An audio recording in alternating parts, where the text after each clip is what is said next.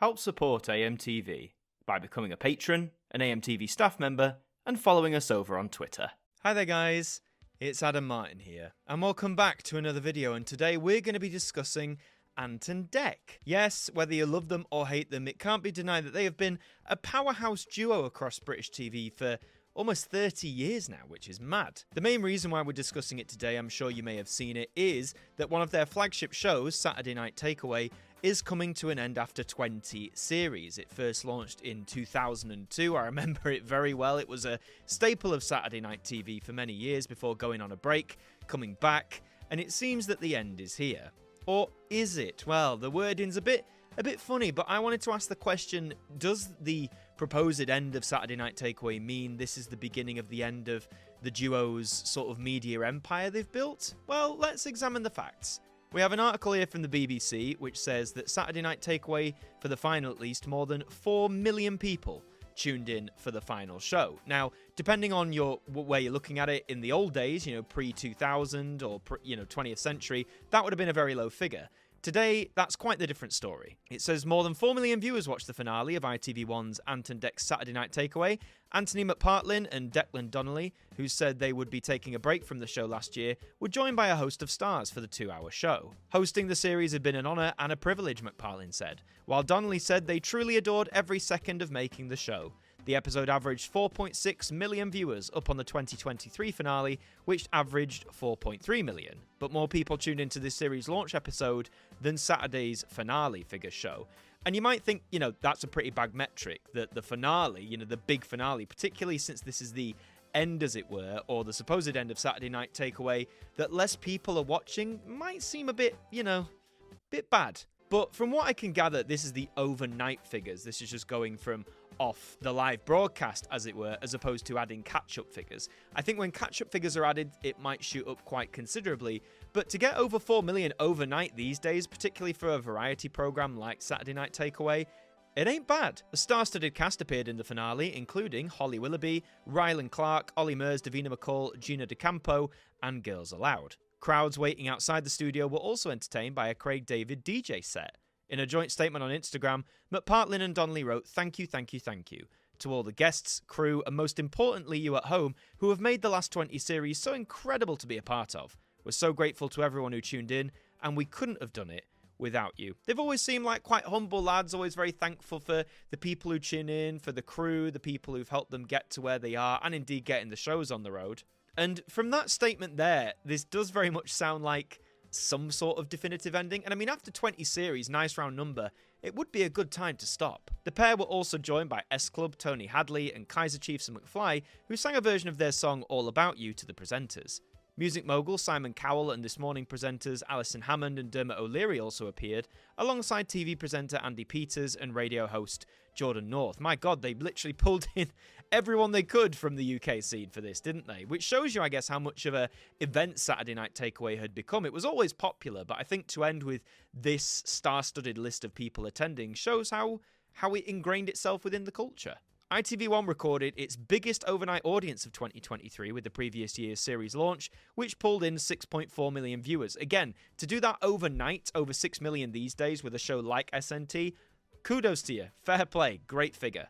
The launch episode for this year's series pulled in the lowest number of viewers for an opening episode since the programme began back in 2002. It aired on the 24th of February and was watched by an average of 4.9 million people. Now, we've got to take into account, again, it might be the lowest, and numerically, yes, it is the lowest, numbers don't lie, but it's, of course, all about the metrics, and it does talk about this in the article. It says the decline is reflective of UK audiences' television habits. That's coming from Ofcom. They reported traditional TV viewing in the UK as a whole saw its sharpest ever decline, with the proportion of people who tune in weekly down from 83% in 2021 to 79% in 2022.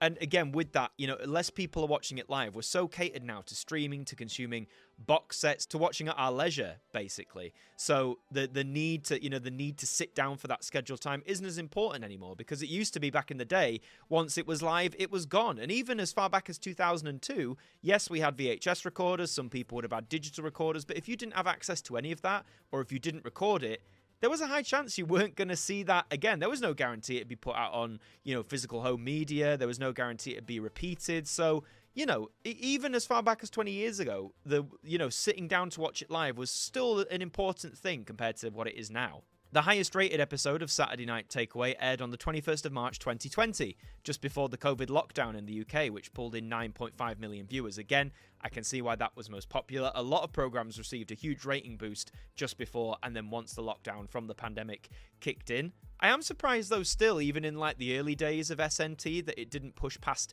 10 million. I was almost certain that back in the day they managed to go over 10 million in like say 2004, 5, 6, but I guess that's wrong. Despite the lower viewership this year, the finale attracted the most viewers across the entire day on any channel and contributed to ITV1 having the largest share of viewing across any channel on Saturday. Well, I mean, there you go. That just goes to show.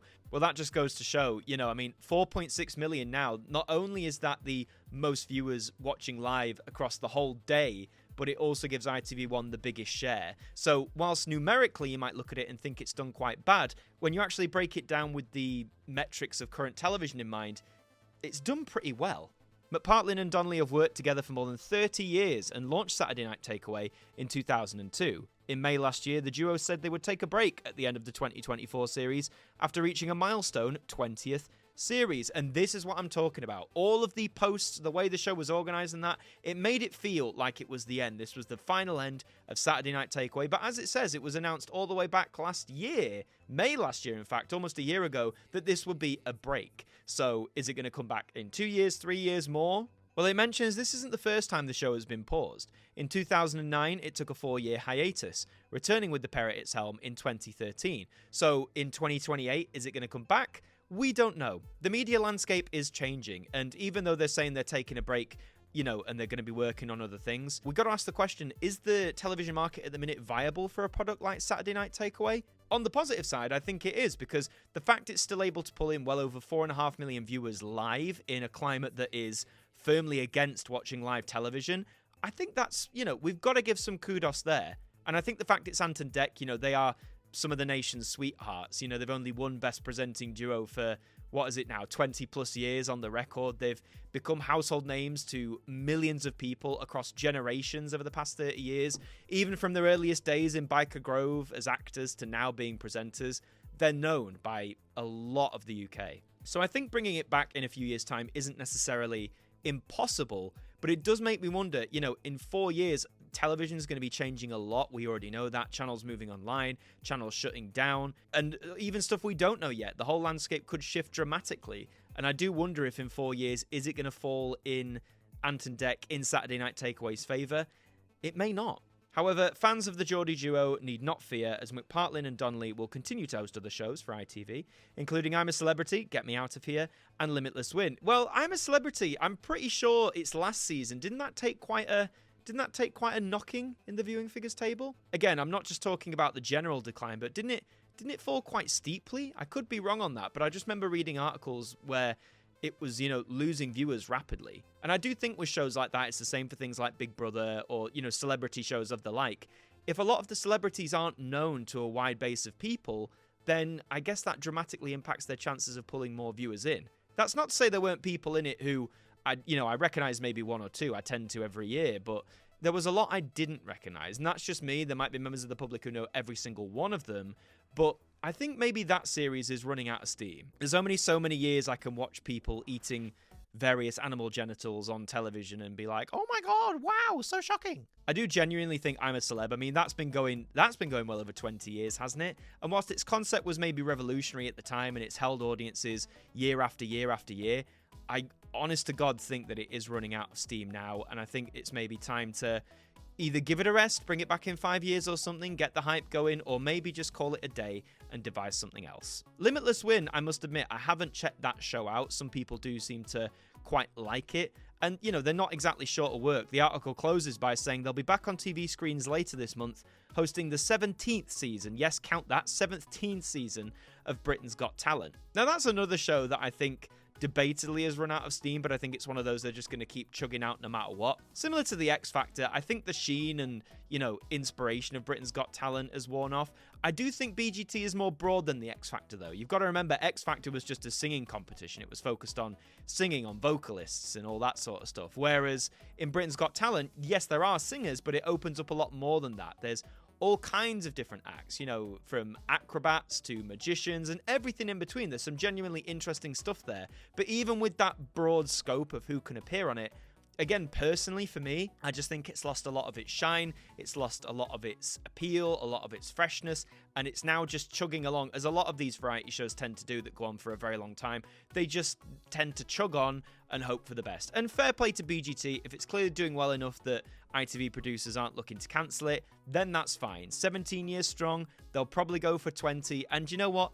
They'll probably get there. But this does raise the question. This is not just about ANT DEC. This is about shows in general. These long-running shows, you know, Saturday Night Takeaway, more than 20 years. I'm a Celebrity, more than 20 years. Britain's Got Talent, approaching 20 years. Whilst these are impressive milestones, and it's always nice to see programs like this, you know, reach that milestone, it does beg the question, why can't we have new stuff too? And yes, I know new stuff is a risk, especially if it's not been done before. If you're making a program from scratch, you've not got the best idea whether people are going to enjoy it. The cost of making TV has gone up exponentially for all broadcasters and companies across the board. It's not a singular thing. So people are taking way less risks.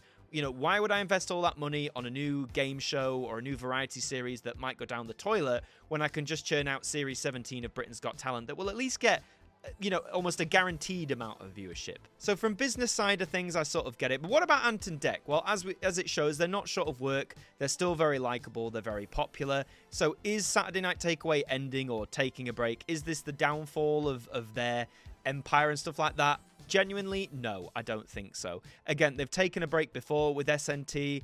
That didn't hurt their career whatsoever. They carried on with a multitude of other projects. A lot of the projects they're involved in, as mentioned, have gone on for 2 decades plus, so it's not exactly like they're short of work. And a lot of people, let's face it, a lot of people come to these shows because they like the duo, they like their hosting style, they like their talents as presenters, so why would they stop watching now? They're a powerhouse duo. They're the best of friends. It's what you love to see. I genuinely think they're going to go they're going to go until they drop, which, you know, they're fine. They're not everyone's cup of tea. They're not my personal cup of tea all the time, but they seem like good lads, and if they can captivate people in the way they have, that's great. So no, I don't think this is the downfall of ANT DEC. If anything, I commend them for taking a break with it, give themselves time to work on other things or give themselves time to rest.